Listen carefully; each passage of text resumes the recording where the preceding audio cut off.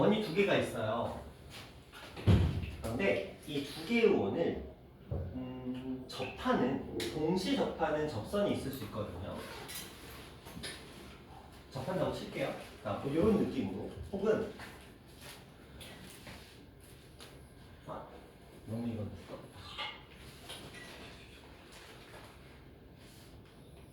뭐 이 정도 느낌으로 접한다고 한번 생각을 해볼게요. 자, 이럴 경우에 우리한테 접선의 길이를 구하는 문제가 나오기도 합니다.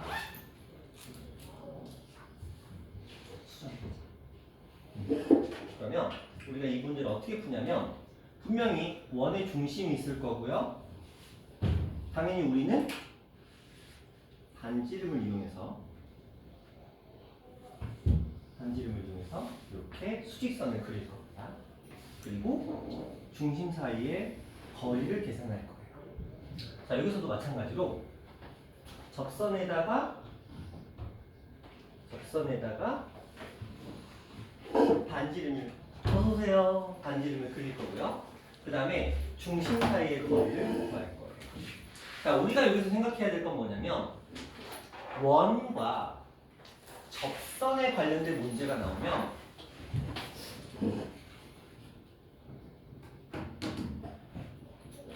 반드시 반지름과 중심의 사이의 거리, 이거 무조건 활용해야 된다는 것만 기억하시면 돼요. 그러니까 뭘 외우고 말고 할 건 솔직히 없어요. 애들이 이제 공식을 외워버리거든요. 근데 뭐 굳이 그렇게까지 할까 싶은 내용이거든요. 일단 접선이 나와요. 이렇게 두 원의 바깥쪽에서 동시에 접하는 이런 접선을 공통 외접선이라고 부르고요. 이렇게 원과 원 사이를 가로지는 접선을 공통 내접선이라고 불러요. 이 둘에는 반지름의 길이를 더한다와 뺀다 그리고 뭐 어쩌고 한다라는 공식이 존재하긴 하지만 굳이 그걸 외운다고 해서 여러분이 시험에 잘 나오지도 않는 이 녀석을 위해서 그걸 외운다? 조금 낭비, 그렇죠? 기억 낭비라고 보시면 되겠고, 죄송합니다.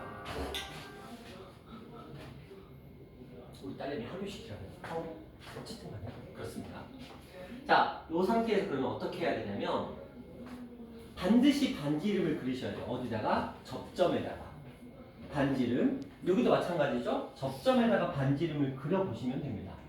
그리고 나서 중심과 중심 사이의 거리가 반드시 필요해요. 무슨 말이냐? 우리가 두 원이 나오게 되면 무조건 중심과 중심 사이의 거리가 반드시 필요합니다. 그래서 중심과 중심 사이의 거리를 반드시 구하셔야 됩니다. 그리고 나서 문제에서 원하는 건 접선의 길이거든요. 그러면은 여기서 여기까지의 길이를 구하는 문제고, 이쪽에서는 여기서 여기까지의 길이를 구하는 그런 문제가 되는 거예요. 그럼 쟤를 어떻게 구할 것인가? 준정이가 좋아하는 피타고라스의 정리 사용하시면 됩니다.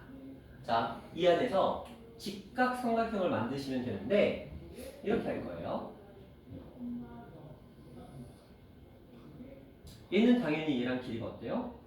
같겠죠. 그 정도는 괜찮잖아요. 그럼 여기서 D는 이미 우리가 구해놨을 거고 중심과 중심 사이의 거리니까 그럼 이 거리가 필요해요. 얘는 뭐냐면 이 반지름의 길이에서 요걸 뺀 거거든요. 근데 얘가 어디야? 요 작은 원의 반지름의 길이야. 그러니까 얘는 R에서 R'을 빼는 형태가 될 겁니다. 그러면 얘는 이 접선의 길이 L을 구하기 위해서 L 제곱 플러스 R 마이너스 R'의 제곱은 D의 제곱이다. 이항시켜서 L의 제곱은 D 제곱 마이너스 R 마이너스 R'의 제곱, 그리고 거기다 루트를 씌워주시고 얘를 제거하시면 되겠죠. 그래서 D 제곱에서 R 마이너스 R'의 제곱을 빼면 이게 길이다. 접선의 길이. 이렇게 구합니다. 이걸 외우라는 게 아니고요. 어떻게 해서 이 길이를 구할 수 있는지 점 사이의 거리, 그리고 반지름, 접선의 수직으로 그려주시고 이 안에서 피타고라스의 정리를 사용할 수 있는 직각삼각형을 찾아주시면 된다. 이런 맥락으로 보시면 됩니다. 자, 그럼 이쪽으로 가서 여기서도 중심과 중심 사이의 거리는 구해놨어. 물론 이거를 뭘로? 그 닮음으로 얘하고 얘를 가지고 풀어도 되긴 해요.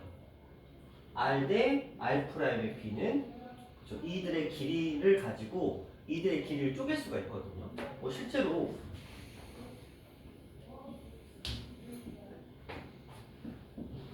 만약에 여기 3이고 여기가 2네요.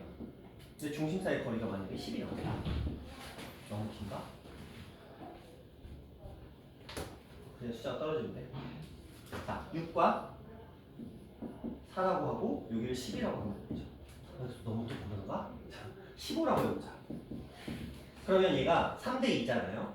그러니까 여기도 3대 2가 되면서 여기는 얼마? 9하고 6 이렇게 떨어져요. 그러면 당연히 여기는 뭐 피타고라스 하면 각각의 길이 구할 수 있잖아요.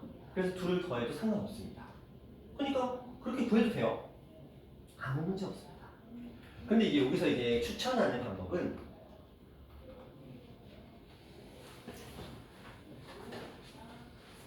이렇게 확장시킵니다. 그리고 선을 그립니다. 뭐가 되도록? 수직이 되도록. 평행하게.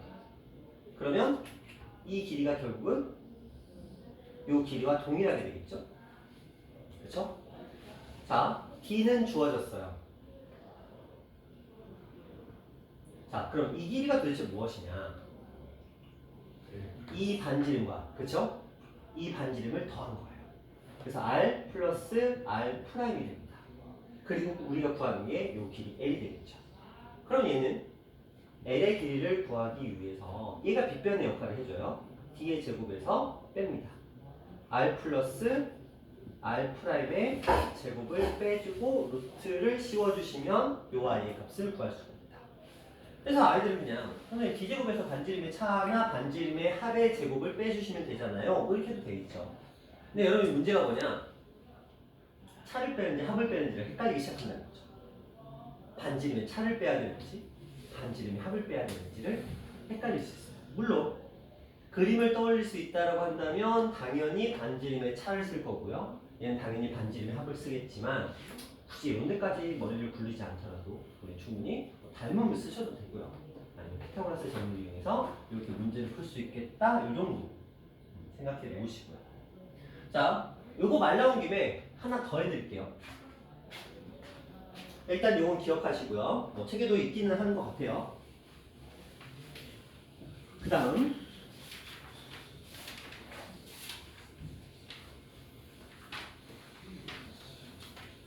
요 얘기를 해볼게요. 두 원의 위치 관계입니다. 두 원의 위치 관계.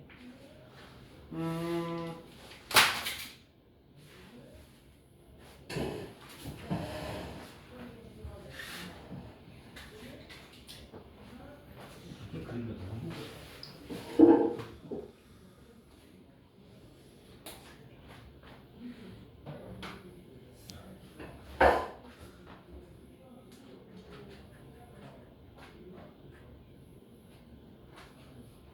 뭐 이런 느낌 한번 살려볼게요.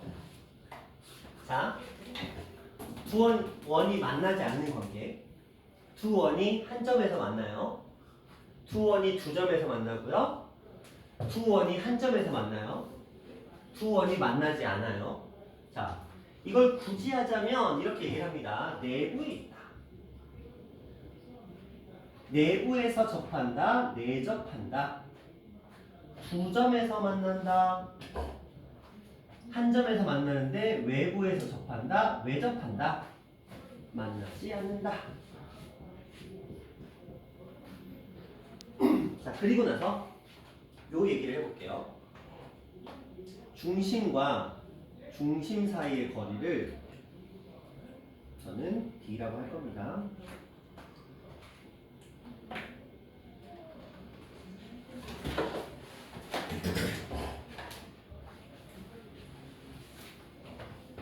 중심과 중심 사이의 거리를 D라고 할 겁니다.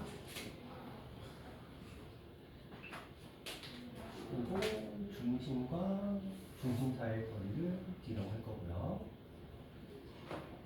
그리고 중심과 중심 사이의 거리를 D라고 할 겁니다.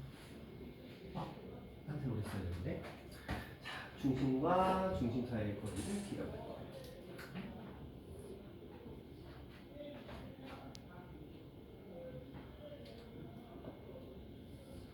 자,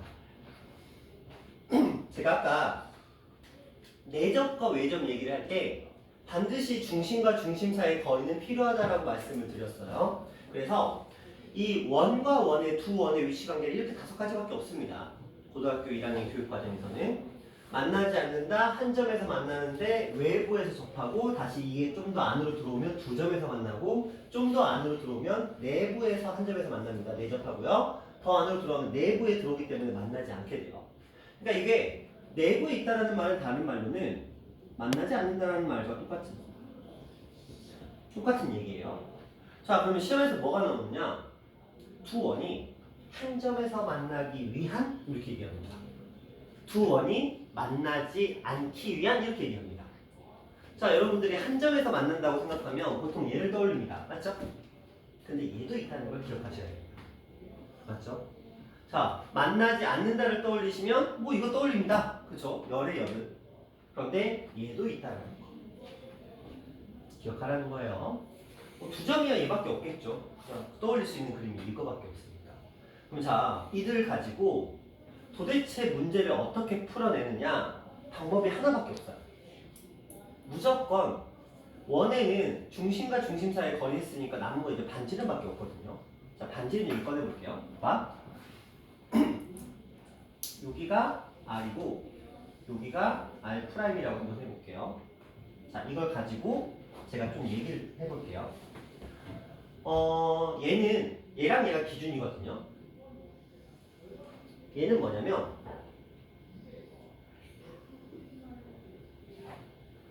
R 플러스 R 프라임의 값과 누가 똑같냐면 D가 똑같아요. 맞죠? 이제 이쪽으로 가볼게요. 얘는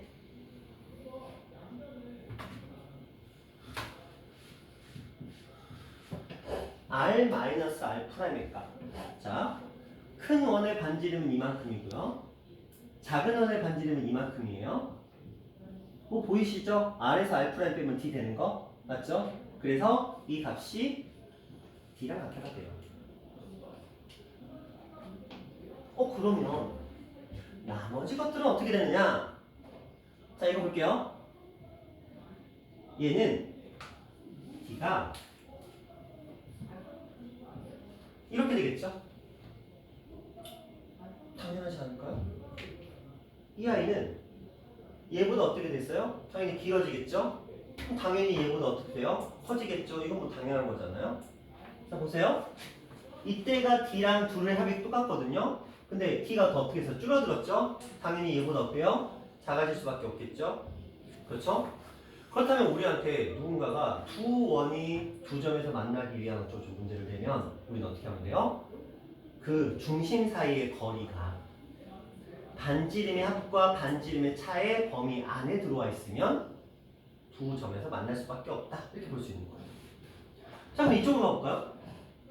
생각해봐. 빨간색보다 얘가 더 어떻게 됐어요? 길어졌죠? 뭐 너무 대놓고 보이잖아요? 그럼 얘는 어떻게 하면 돼요? 이 D가 이렇게 하시면 됩니다. 그렇죠? 그럼 이쪽으로 가볼게요. 원이 내부에 있대, 내부에. 그럼 자, 이 녀석의 거리는 얘보다 더 어떻게 됐어요? 더 짧아져요. 그렇죠? 그러니까 이렇게 됩니다. 그럼 우리가 냄새난다.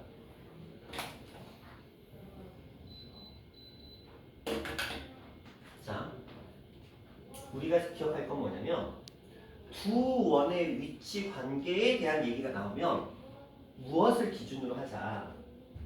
반지름의 차이와 반지름의 합을 기준으로 움직이자. 그러면 어떻게 문제를 풀까? 이런 거예요. 자, A라는 원이 있습니다. 이 원은 반지름이 5라고 돼 있어요. B라는 원이 있습니다. 이 원의 반지름은 3이라고 돼 있습니다. 자, 문제에서 얘기를 합니다. 중심 사이의 거리를 우리가 D라고 설정을 할 거예요. 이렇게 물어봅니다. 자, 집중하세요.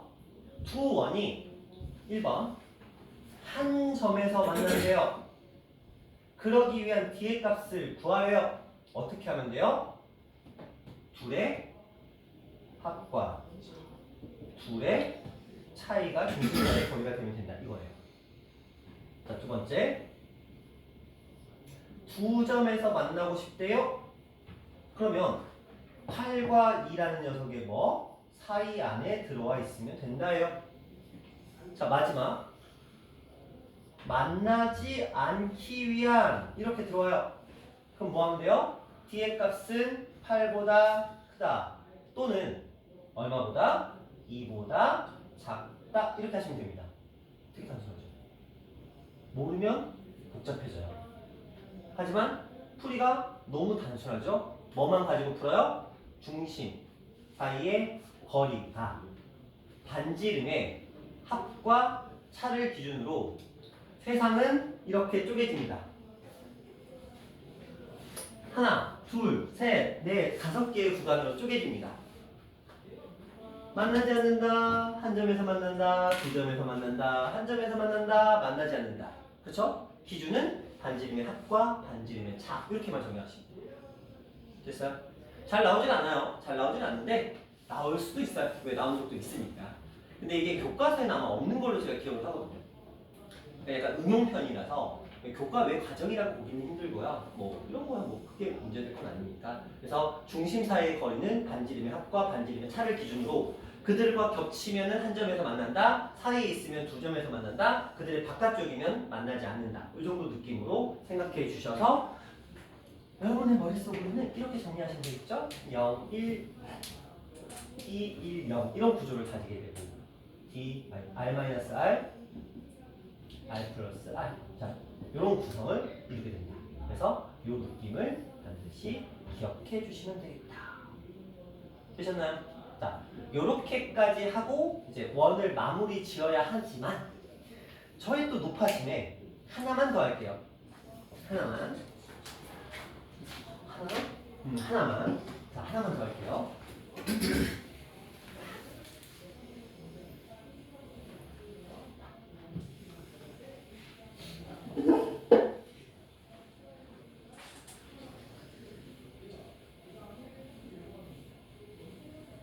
자, 이런 말이 나옵니다. 가끔 나옵니다. 심한 문제에만 나옵니다. 두 점이 있대요.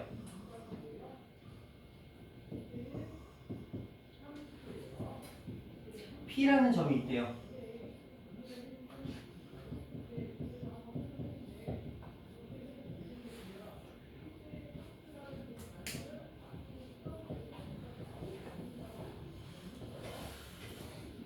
자, A, P, B가 90도가 되는 점 P의 자취의 방정식. 물론 자취의 방정식이라는 용어는 안 줄 거예요. 이게 되도록 하는 점 P가 이루는 도형 뭐 이런 얘기를 할 겁니다. 무슨 도형이 만들어지죠? 원. 그것만 기억하시면 돼요.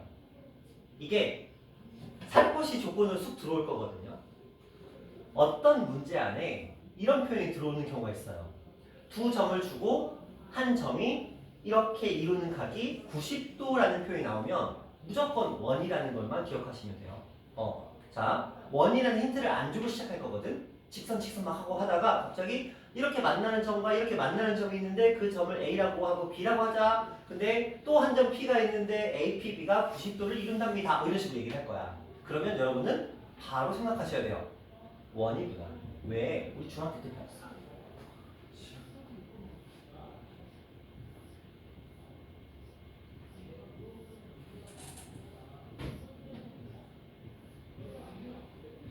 이것들 모아놓으면 원이 만들어진다는 걸, 원주각이 90도라는 걸 이미 중학교 때 배워서 알고 있어요.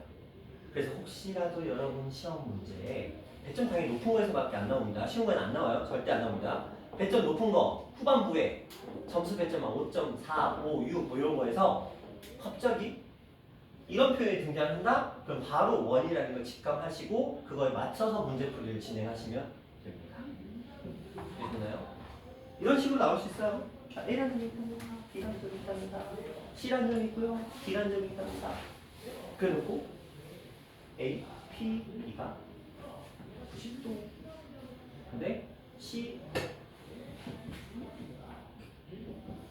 C, Q, B, D도 90도 뭐 이런 얘기를 할 거예요. 그랬을 때 P와 그러니까 Q와 D가 만들어내는 도형이 만나면 어쩌고저쩌고 이런 얘기를 할 수 있어요. 그러면 여기에 원 하나 그리시고요. 여기에 원 하나 이렇게 그리시겠죠. 그럼 두 원이 만날 거 아니에요. 그치? 그럼 여러분이 어떻게 풀어? 자, 이둘 사이의 거리가 중심이 되는 거야. 중점이. 이들 왜 지름이 되니까. 여기 중점이 중심이 되겠죠? 그럼 이제부터 여러분 뭐 하시면 돼요? 아, 이 중심과 반지름의 길이는 당연히 구할 수 있을 테니까 하고 그들로 만들어지는 이 현, 뭐 이런 식으로 문제가 되어옵니다. 그럼 여러분들은 이걸 풀어내실 수 있으시면 돼요. 제가 지금 설명을 드렸으니까 그렇구나 하는데 이걸 말을 교묘하게 아닌 것처럼 포장을 할 거거든요. 그러나 이것만큼은 절대 포장할 수 없어요. 이것만큼은 건드릴 수 없죠. 이게 건드리면 아예 다른 게 되는 거니까. 그래서 이렇게 나오게 되면 원이구나. 원에 관련된 얘기를 하는구나 라고 여러분 눈치채시고 보내주시면 됩니다. 자, 이번에 자, 이렇게까지 해서 우리가 이제 원을 좀 마무리를 지어봤고요. 오늘 오전에 제가 질문을 안 받아서 여러분들 숙제를 안 하신 덕분에, 안 하신 때문에 안 해서 어쨌든 간에 그래서 제 생각보다는 지금 빨리 끝나버렸어요. 자, 그래서 오늘은 목적은 아니었지만 바로 도형의 이동으로 넘어갑니다. 자, 도형의 이동으로 넘어가 볼게요. 오늘 도형의 이동으로 넘어갈 거라 생각을 안 했었는데 가봅시다. 도형의 이동. 자, 도형의 이동에 대한 얘기를 조금 해볼게요.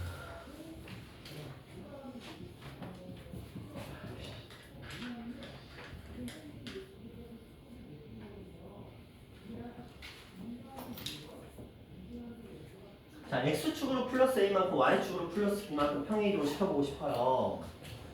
그럼 얘 어떻게 하시면 되죠? X 플러스 A, Y 플러스 B 하시면 돼요. 이거 너무 잘 알고 계시는 내용이에요. 그렇죠? 점의 자취, 점을 이동시킵니다. X축으로 A만큼, Y축으로 B만큼. 단순하게 좌표를 보시면 여기에 1,-2가 있었는데 제가 얘를 X축으로 3만큼, Y축으로 마이너스 2만큼 옮겨보고 싶었어요. 그러면 얘를 어떻게 하죠? X축으로 3만큼, Y축으로 마이너스 2만큼 이렇게 옮겨질 거야. 그러면 1에다가 3을 더했으니까 얼마가 되고? 4가 되고 마이너스 2에다 마이너스 2를 더했으니까 마이너스 4가 된다. 너무 당연한 얘기거든요. 그래서 보통 이걸 기호적으로는 어떻게 표현하냐?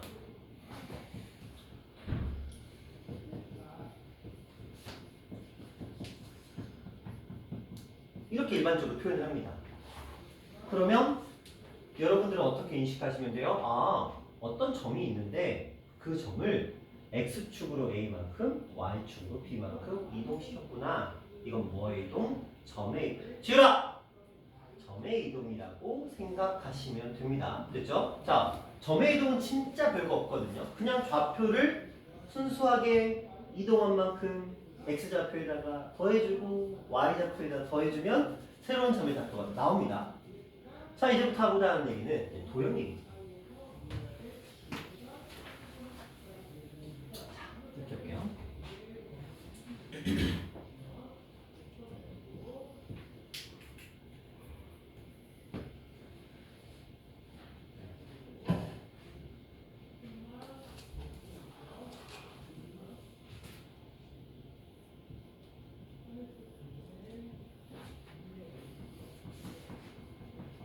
자, 이런 도형이 있었습니다. 기울기가 상수기 때문에 얘는 정점은 존재하지 않습니다. 그렇죠? 기울기가 미지수일 때 정점을 우리가 특정할 수 있는 거고요. 얘는 그냥 그래프 위에 점들이 존재합니다. 자, 이 아이를 제가 의도적으로 평행 이동을 시켜볼 건데 X축으로 플러스 4만큼 Y축으로 마이너스 2만큼 평행 이동을 한번 시켜봤어요. 그러면 당연히 이 직선이 쭉 갔다가 쭉 떨어지겠죠. 그러면서 여기를 지나는 그래프 하나가 이렇게 만들어질 겁니다. 당연히 평행일 겁니다. 그렇다면 우리는 이 직선의 방정식을 이제 구해봐야 돼요. 어떻게 구하죠? X 대신에 X 마이너스 그리고 Y 대신에 플러스 그렇지. 그런데 왜 x 대신에 x-4를 대입해야 되고 y 대신에 y 플러스 2를 대입해야 되는가는 알고 대입해야지. 그죠? 왜 그래야 하는가? 자, 봐봐. 요 위에 이무에 한 점이 있었어요. 제가 그 점을 x1, y1이라고 한번 정의를 해봅시다. 그렇다면 여기가 헷갈릴까?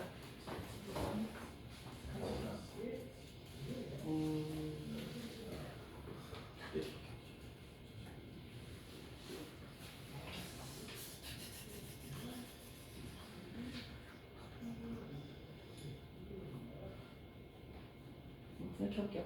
자, 헷갈리니까 요 위에 한 점을 그냥 x, y라고 한번 생각을 해볼게요. 요 위에 한 점을 그리고 얘를 이렇게 이동시켜서 그리고 이렇게 이동시켜서 여기 만나는 어떤 점이 있을 거야.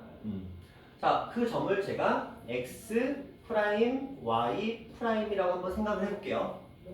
자, 그러면 이 빨간 직선은 x 프라임 y 프라임이 한 점이니까 식을 y 프라임은 기울기는 뭐 얘랑 똑같겠죠? 똑같을 거예요. 그래서 x 프라임 플러스 얼마 뭐 이런 식으로 보면 표현이 되거든요. 그렇죠? 근데 이 아이의 방정식을 구하기 위해서 얘를 구해내야 되거든요. 근데 그걸 어떻게 구할까라는 이제 생각인 거야. 그럼 이제 이렇게 하는 거죠. 자, 이 점은 x, y라는 점을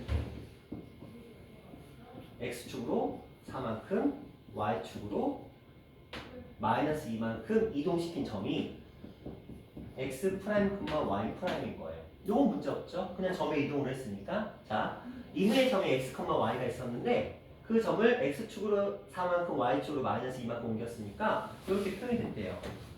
만약에 이게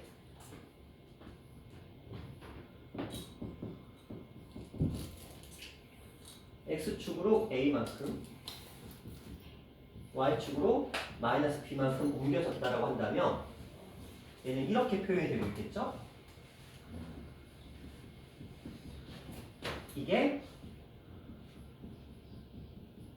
이렇게 아마 표현이 되고 있었을 거예요. 그렇죠?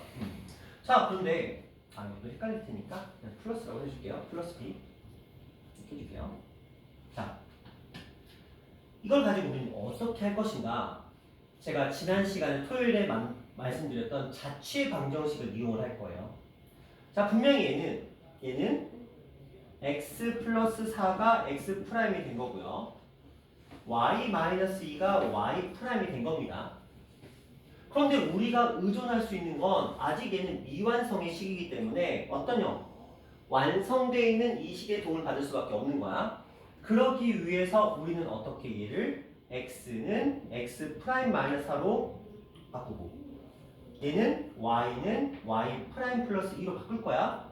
그 다음에 수진아, 얘네들 뭐 해야 돼? 저 식에다가 대입하겠죠. 이 녀석과 이 녀석을 여기다가 각각 대입해 준다 라고 생각하시면 돼요. 여기도 마찬가지겠죠. x 플러스 a가 x 프라임, y 플러스 b가 y 프라임, x는 x 프라임 마이너스 a, y는 y 프라임 마이너스 b 이렇게 된 거잖아. 그러면 마찬가지로 이 녀석을 어디다가 대입하는데, 자, 이 결과물을 보자. 결과적으로 어떤 일이 벌어졌어요? y 프라임 마이너스 b는 x 프라임 마이너스 a 플러스 2라는 형태로 되더라. 그치? 그러면 우리는 이 아이를 정리하는데 y 프라임은 x 프라임 마이너스 a 플러스 b 플러스인데 이건 큰 의미는 없어요. 자, 이렇게 한 다음에 마지막에 뭐하죠? 프라임을 지우죠. 왜? 관례상 그냥 x, y로 표현하기로 약속이 돼 있다라고 했습니다. 근데 그러면 우리가 이 최종적인 결과물을 만들어내기 그 전 단계에서 무슨 행동을 했죠? 요 행동을 했어요. 그쵸? 저 주어진 식에다가 뭐를 대입했어요? x 프라임 마이너스 a와 y 프라임 마이너스 b를 대입했는데 이게 실제로는 x축으로 a만큼 이동했는데 x 프라임 마이너스 a y축으로 b만큼이 들어있는데 y 프라임 마이너스 b가 들어간다. 왜? 이거를 우리가 대입하기 위해서 억지로 이항시킨 상태에서의 대입이 들어가는 거잖아. 그렇죠? 그래서 도형에서는 좌표를 더한다는 개념을 사용하는 게 아니고요. 대입한다는 개념을 쓰기는 하는데 이건 좀 명심하셔야 돼요.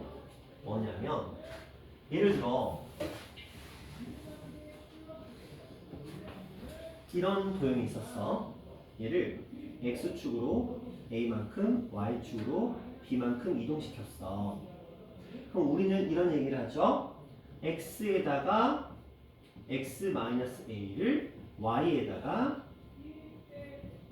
y-b를 대입하자라고 하잖아. 근데 이게 실질적으로는 뭐예요? x 프라임 y 프라임을 대입하고 있는 거예요. 똑같은 x를 대입하는 게 아니고 새로운 도형의 x 프라임 y 프라임 마이너스 a y 프라임 마이너스 b를 이 기존에 있었던 요 x y에다가 대입하는 과정이다라고 생각하셔야 돼요. 그래서 대입이라는 표현을 쓰는 거야. 단순하게 더한다 뺀다의 개념 쓰는 게 아니고 반드시 대입이라고 쓰셔야 돼요. 여러분들이 도형의 이동을 덧셈 뺄셈으로 인식하는 그 순간 이미 개념이 오류 같은 거예요. 오개념인 거예요. 도형은 반드시 혹시 저 그거 뽑아주실 수 있나요? 뽑아줘? 오케이 알겠어요. 좀 기다려. 자, 절대 여기를 덧셈 뺄셈으로 인식하면 절대 안 되십니다. 반드시 대입이에요. 왜? 그 풀이 과정이 우리가 자취의 방정식을 구하기 위해서 했던 그 풀이 과정을 따라가면서 x에다가 x 프라임 마이너스 a를 y에다가 y 프라임 마이너스 b를 대입하는 과정이기 때문에 절대 도형에서는 덧셈과 뺄셈이라는 표현 자체를 쓰는 순간 이미 잘못 생각하고 있는 거니까 도형에서는 반드시 대입이라는 관점으로 접근해 주셔야 된다. 이렇게 생각해 주셔야 됩니다. 그래서 도형에서는 반드시 대입이라는 표현을 써야지 더한다, 뺀다, 바꾼다 이런 개념으로 접근하시면 바로 머릿속에서 이제 오류가 발생을 합니다. 자, 그 연습을 이제 살짝 해볼 건데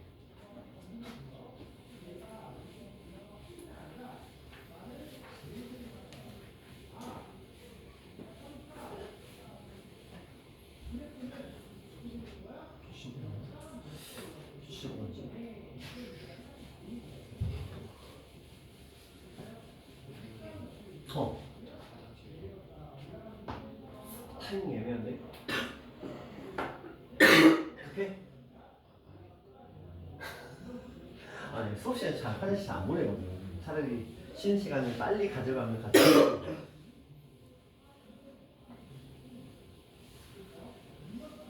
자, 그래요? 그래요? 오케이 그러면 너무 이르긴 한데 지금 쉬는 시간을 드릴게요. 지금 쉬는 시간을 드리고 이따가 이어서 쭉 그냥 진행할게요. 지금 쉬는 시간 드릴게요. 지금 쉬는 시간. 화장실 가야지.